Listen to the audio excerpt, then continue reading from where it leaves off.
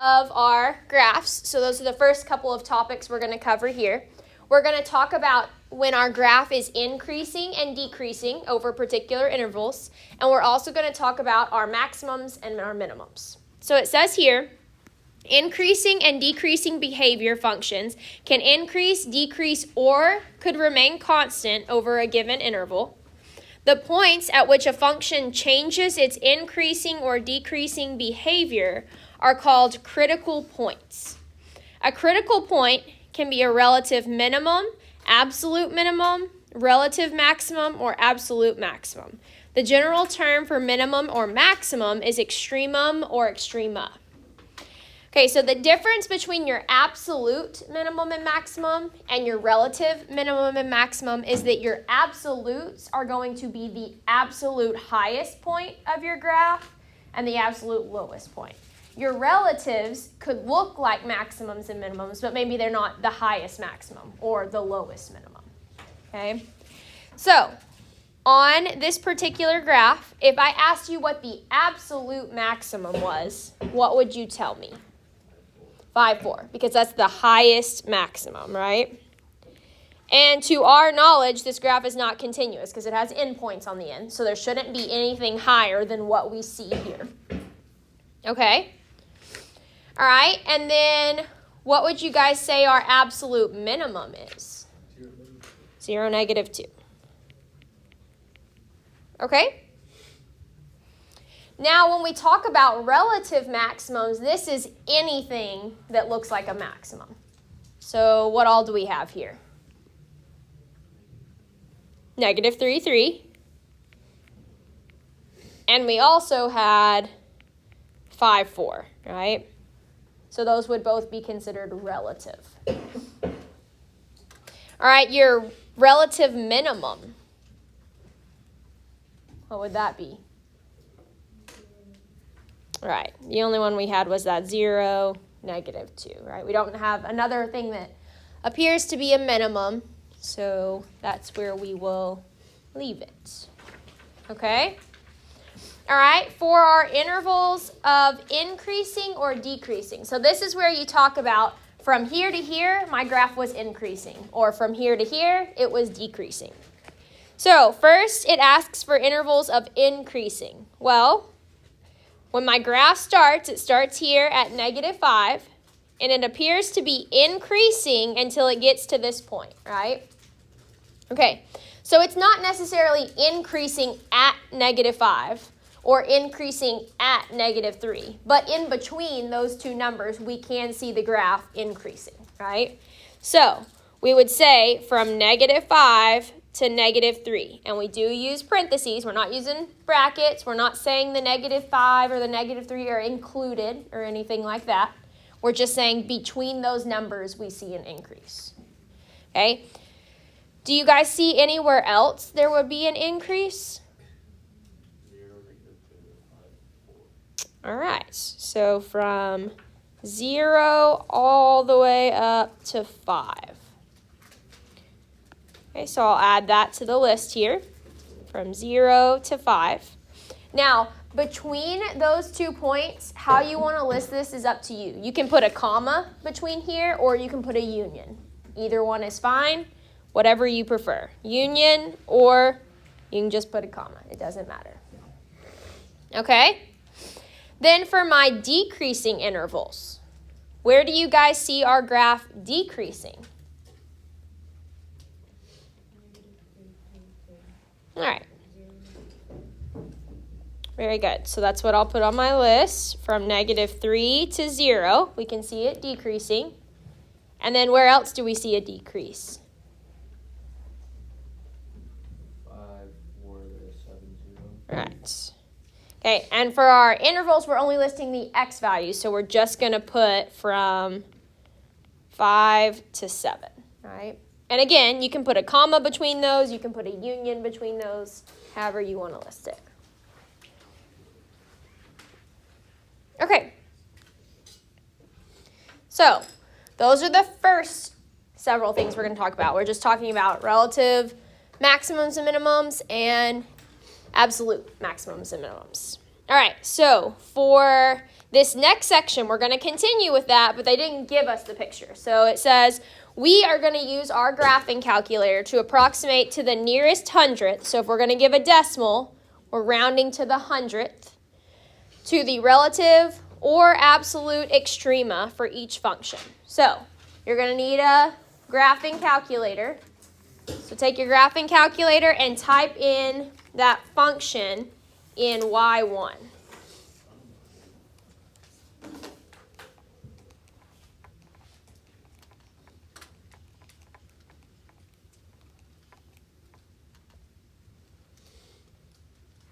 All right, so we got 2x to the 6th plus 2x to the 4th minus 9x squared. And you're going to hit graph.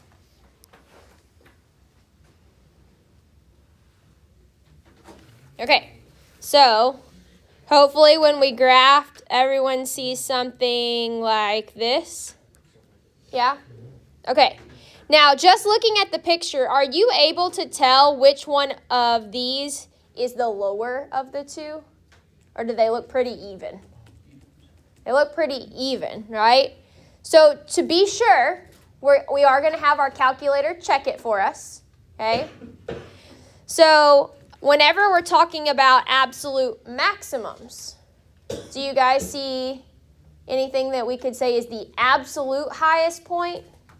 No, because our graph is continuous, right? We can't see past these points. Even if I zoom out, I can't ever see all of it, right?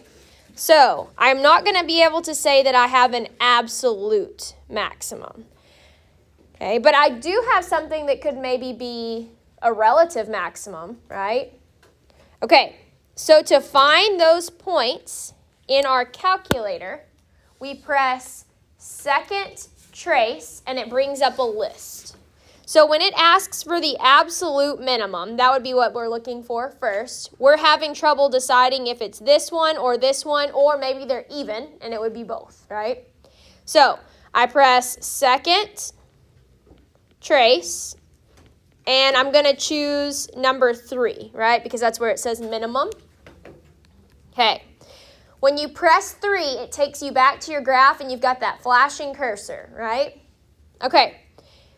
To find this one over here, you need to move that flashing cursor to be over here on the left side of that point. So you're going to use your left arrow and arrow that flashing cursor somewhere over where I put that asterisk on the graph.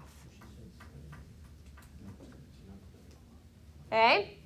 And you're just going to press enter one time, and then your calculator says right bound. Everybody see that?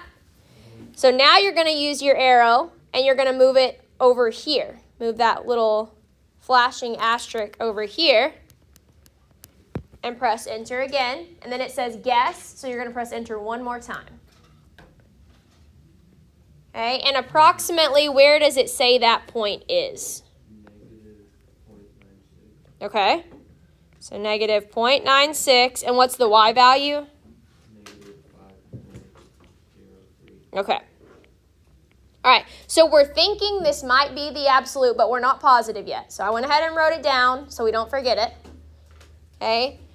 Now, in order to figure out where this point over here is, I need to repeat that process. So I'm going to press second trace 3. This time, you're going to move that flashing thing right here so that it's on the left side of the other minimum. You press enter, and now it says right bound. You're going to move it over here. Press enter, and then press enter one more time. So where does it end up that one is?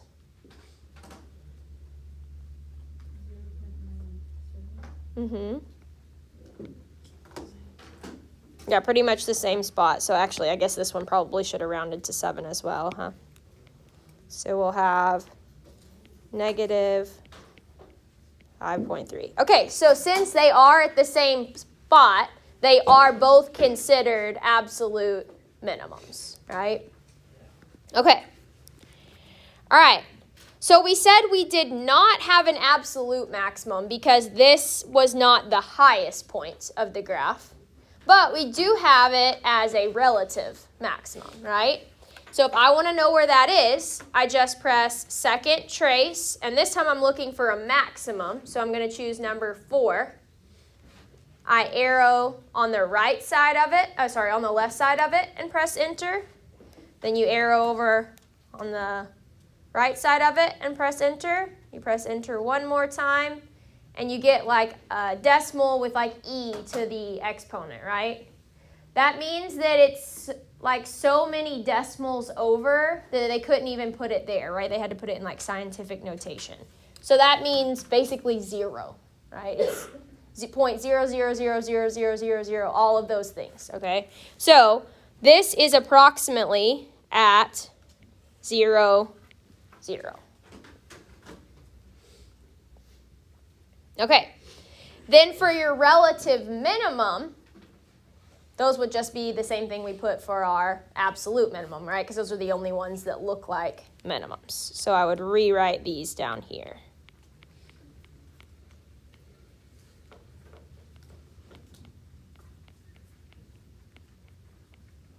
Okay? All right. Okay, we're going to do the same thing for number 2.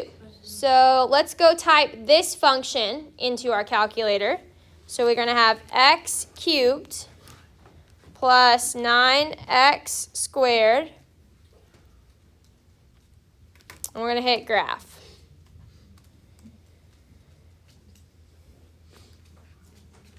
Okay, so you can see only about to here, and then you'll see it come back down, back up, but you can't really see what's happening here, right? All you can see is this information. So you don't know really what's happening over here, and you don't know what's happening past this point up here, okay? So are we able to see the absolute highest point of this graph? No. So do I have an absolute maximum? Okay. Am I able to see the absolute lowest of this graph? Can we see the lowest? No, because this end over here is going down as well, right? So do I have an absolute minimum if I can't see the lowest? Okay. But do we have something we could maybe give as a relative maximum or a relative minimum possibly? Probably something in here is a maximum, right? Okay. We could try zooming out on our calculator to encompass at least that top point, but you're going to have to zoom out pretty far to see that, okay? Your other option is instead of zooming out, you can look at your table. And your table will give you a list of points, and it'll be pretty obvious to see where the highest point will be because on either side of it, it's going to get smaller, right? So if you wanted to look at your table, you press second graph. And it's going to pull up your table. Okay, so we can clearly see that wherever this is, it's in a negative x value, right? Because it's on the left side of our y-axis. So when I'm scrolling through my table, scroll to your negative x values. So we got negative 1, 8, negative 2, 28, negative 3, 54, negative 4, 80, negative 5, 100, negative 6, 108, negative 7, 98. So what do you guys think? Where's the highest point? All right, so that's going to be our relative maximum.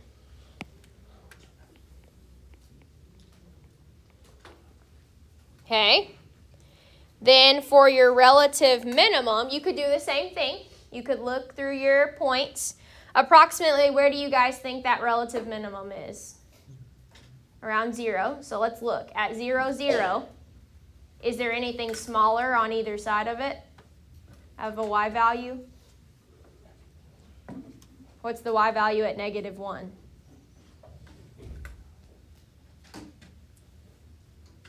8. And what's the y value at positive 1? 10. So is 0 the smallest y value?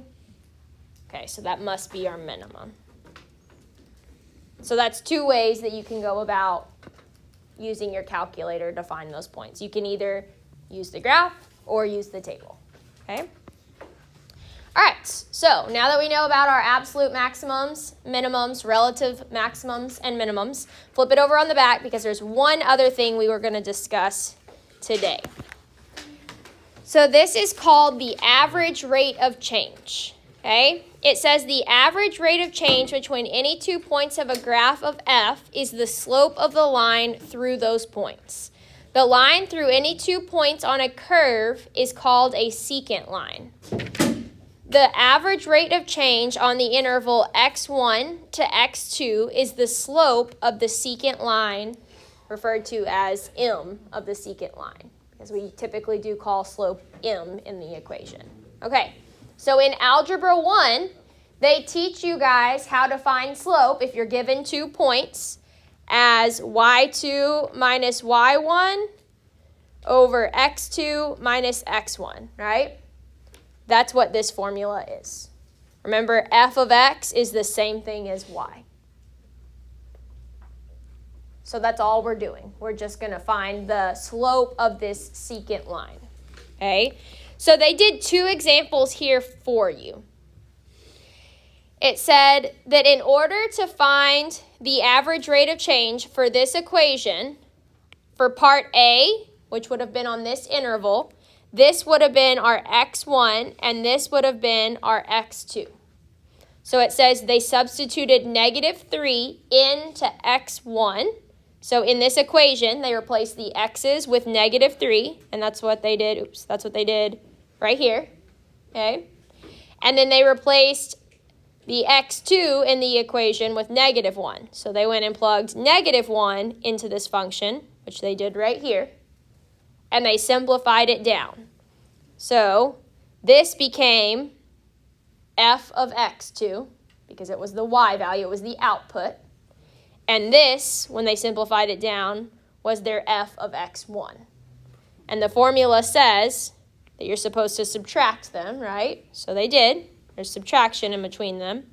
And in the denominator, you're supposed to have x2 minus x1. Well, x2 was -1 minus x1, which was -3. And then they just simplified it down. So really, all we have to do is plug it into the formula and simplify. Okay? So we're going to try one here. It says find the average rate of change for each function on this given interval. So here's our function. F of x is equal to x to the 4th plus 2x cubed minus x minus 1. Our interval is -3 to -2. So this is my x1, and this is my x2. All right, so if I'm going to plug into the function, I need to find f of x1 and f of x2. So let's find f of x1. So our x1 is -3. So that means anywhere in the equation that I see an x, I'm going to replace it with -3. So I'm going to have -3 to the 4th plus 2 times -3 to the 3rd minus -3 minus 1. Make sure you use parentheses, especially on things like this, because if you go type any of this in your calculator and you don't have the parenthesis, it won't take the correct cube or whatever your exponent happens to be of your function if you don't have the parentheses around a negative number like that. All right, so what is -3 to the 4th power? -3 times -3 times -3 times -3.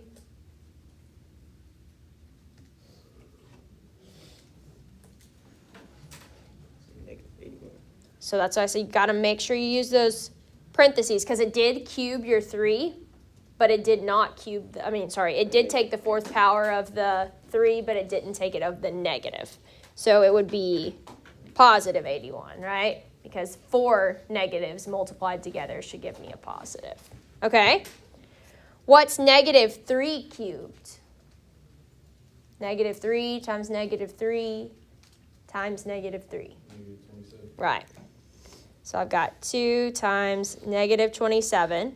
And then here, a negative in front of negative 3 is going to make that a positive. So now I just need to add or subtract after I would multiply this 2 times negative 27. So in my calculator, I'm going to put 81 plus 2 times negative 27 plus 3 minus 1.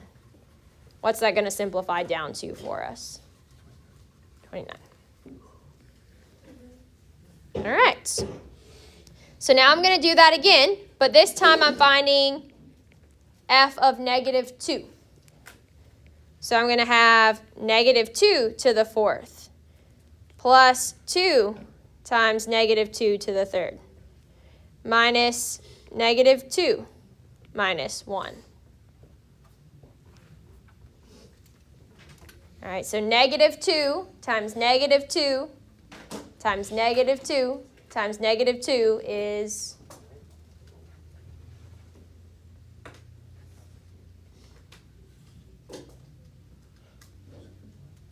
what's negative 2 to the 4th power? 16. Right. Plus, right here, what's negative 2 to the 3rd power? 8. Negative 8, right? So 2 times negative 8. And then here, that negative and negative is going to make that a positive 2 minus 1. Well, what is 2 times negative 8?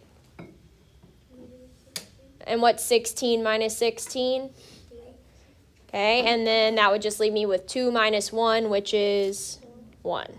Okay, so now I'm going to plug into the formula. Remember, the formula is this right here. F of x2. What did we get for f of x2? 1. Minus f of x1. What did we get for that? 29.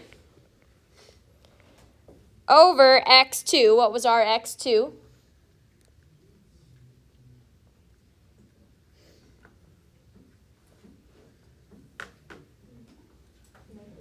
Negative 2. Minus, what was our x1? Negative 3. All right, and what is 1 minus 29?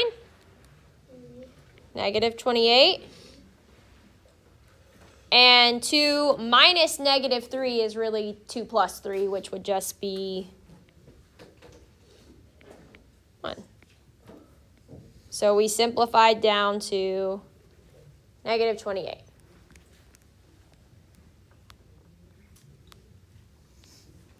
Okay, let's do another one. Here's my x1. Here's my x2. What do I need to do first? What am I plugging in? Perfect. Okay, so I'm going to take negative 3 and plug it in for all the x's, she said. So for f of negative 3, I'm going to have negative 3 cubed plus 5 times negative 3 squared minus 7 times negative 3 minus 4. So what's that one going to simplify down to?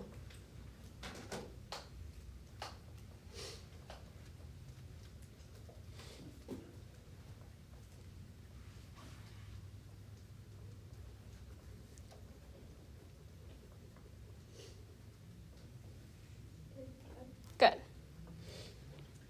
Okay.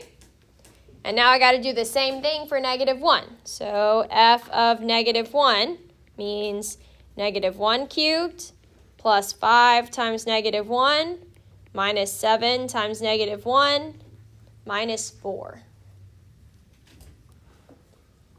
What's that one going to simplify down to? 7. Good. All right. All right, then the formula is f of x2. What was our f of x2? 7. Minus f of x1. What was our f of x1? Right. Over x2. What was our x2? Right. minus x1, which was, very good. And what is 7 minus 35?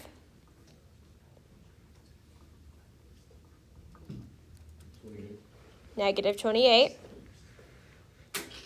Over